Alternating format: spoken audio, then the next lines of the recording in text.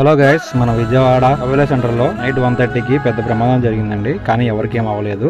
అది ఏంటంటే heavy load తో ఉన్న ఒక లారీ కబేలా సెంటర్ లో కరెంట్ పోల్ కి డాష్ ఇచ్చిందండి. దాని వల్ల కరెంట్ మొత్తం పోయింది.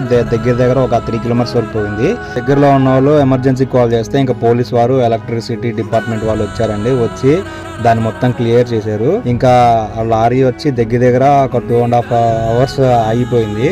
ఇంకా పోలీస్ వారు ఇదంతా ఎలక్ట్రిసిటీ డిపార్ట్మెంట్ మొత్తం కుర్రోళ్ళు అంతా హెల్ప్ చేస్తే ఇంకా మెల్లమెల్లగా కొంచెం వచ్చేసిందండి. దీనివల్ల దగ్గర ఒక 3 hours కరెంట్ లేదు.